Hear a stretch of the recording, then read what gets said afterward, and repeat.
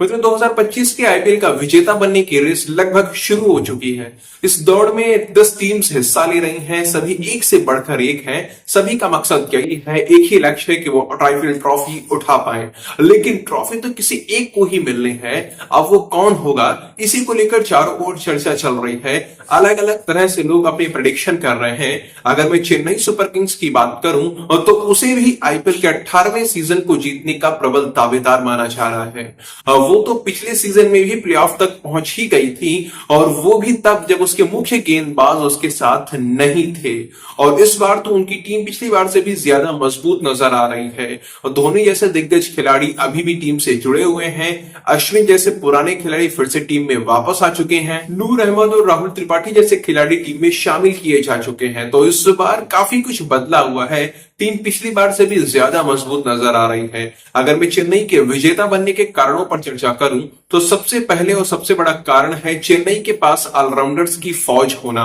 जी हां मित्रों, चेन्नई आईपीएल की उन गिनी चुनी टीम्स में से है जिसके पास ऑलराउंडर्स की भरमार है। और क्रिकेट का सबसे बड़ा सत्य यही है कि जिसके पास अच्छे ऑलराउंडर्स होंगे, जीत उसी की होगी।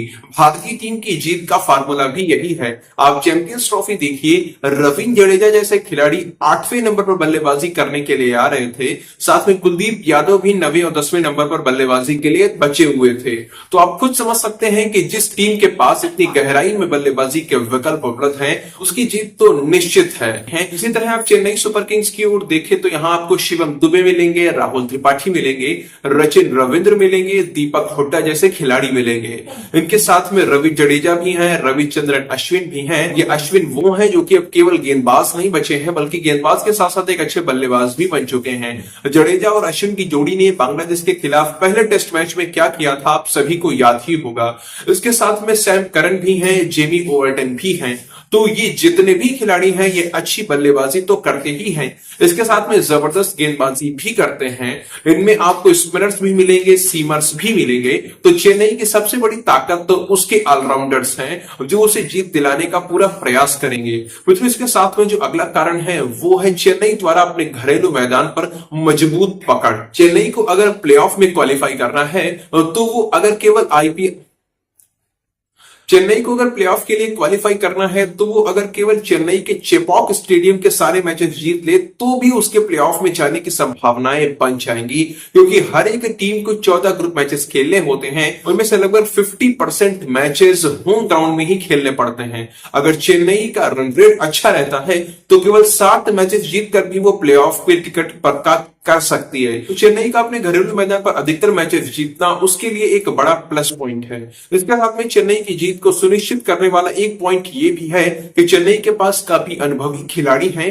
महेंद्र सिंह धोनी, रवि जडेजा और अश्विन, इन तीनों की तिकड़ी ने मिलकर न जाने कितने मैचेस भारतीय टीम के लिए जीते हैं, आईसीसी ट्रॉफीज तक साथ में उठाई हैं। तो इन सब का फिर से एक साथ आना चेन्नई के लिए बहुत ही शुभ संकेत है और उसकी विजय की ओर इशारा करने वाला संकेत है। इसके साथ में चेन्नई का जीतना इसलिए भी तय माना जा रहा है क्योंकि चेन्नई के कप्तान ऋतुराज गायकवाड़ के पास और कोई विकल्प ही नहीं है। उनकी स्थिति करो या मरो जैसी है। एक तो वो डोमेस्टिक क्रिकेट में अच्छा करें या बुरा करें, किसी भी टीम सिलेक्टर पर कोई असर नहीं पड़ता है। अब वो अच्छा करें फिर भी उन्हें मौका नहीं मिलता है। तो भारतीय टीम से तो वो पहले ही दूर चल रहे हैं। वो तो चेन्नई सुपर किंग्स और आईपीएल ही एक ऐसा मंच है जहां ऋतुराज को उनकी योग्यता के अनुसार सम्मान मिल रहा है। तो ये सम्मान लगातार बनाए रखने के लिए उनका ट्रॉफी जीतना बहुत ज्यादा जरूरी हो जाता है।